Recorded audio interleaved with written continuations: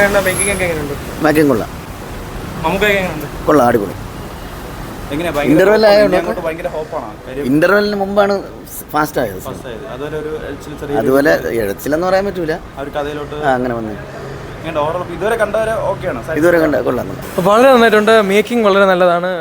നമ്മൾ ആ ബഡ്ജറ്റിനുള്ള മൂവിയിലുണ്ട്. വളരെ നല്ല മേക്കിംഗ് ആണ്. മമ്മൂക്ക ഒരു രക്ഷയില്ല. ഫസ്റ്റ് ഹാഫ് അടിപൊളിയാണ്. എന്താണെന്ന് വെച്ചാൽ ഒരു സ്റ്റാർഡം ബേസ്ഡ് ചെയ്ത് പോകുന്ന ഒരു ഫിലിം അല്ല മമ്മൂക്ക അല്ലെങ്കിൽ ലാലേട്ടൻ എന്നുള്ള സ്റ്റാർഡം ബേസ് അല്ല, കണ്ടന്റ് ഓറിയന്റഡ് ആണ്.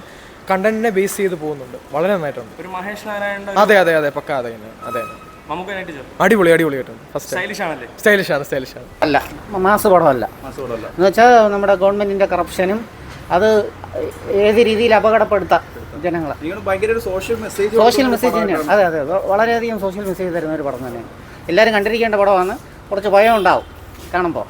ഫസ്റ്റ് ഹാഫിൽ മമ്മൂട്ടിയും മറ്റേ ആട്ടം സിനിമയിലെ നായിക പുള്ളിക്കാരി മെയിൻ റോളായിട്ട് കുറച്ചുണ്ട്. ഫസ്റ്റ് ഹാഫ് കൊള്ളാം. മമ്മൂക്കയാണ്. സ്റ്റൈലിഷ് ഉണ്ട്. മമ്മൂക്കയാണ് ഫുള്ള്. ഇപ്പോഴൊരു നന്നായിട്ടുണ്ട്.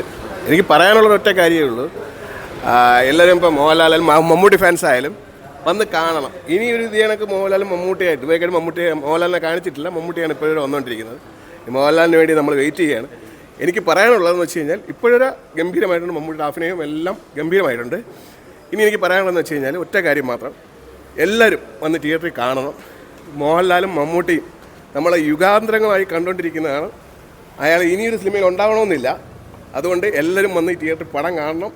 നോക്കി ഇനിയും മോഹൻലാലും മമ്മൂട്ടിയും ഇനിയൊന്നും കാണാൻ പറ്റില്ല, ചിലപ്പോൾ വിശ്വസിക്കാൻ പറ്റില്ല. അതുകൊണ്ട് ഗംഭീരമായിട്ടുണ്ട് ഫസ്റ്റ് ഹാഫ്. ഇനി മോഹൻലാലിന് വേണ്ടി നമ്മളിങ്ങനെ ലാലേട്ടന് വേണ്ടി വെയിറ്റ് ചെയ്യണം. എല്ലാവരും എല്ലാ ഫാൻസും ഇങ്ങനെ കാത്തിരിക്കുകയാണ്. ഇപ്പം തന്നെ മമ്മൂട്ടി ഒരു ആവറേജ് കൊണ്ട് എത്തിച്ചിട്ടുണ്ട്. ഇനി മോഹൻലാലിനോട് എത്തിക്കഴിഞ്ഞാൽ ഉറപ്പറമ്പാകും.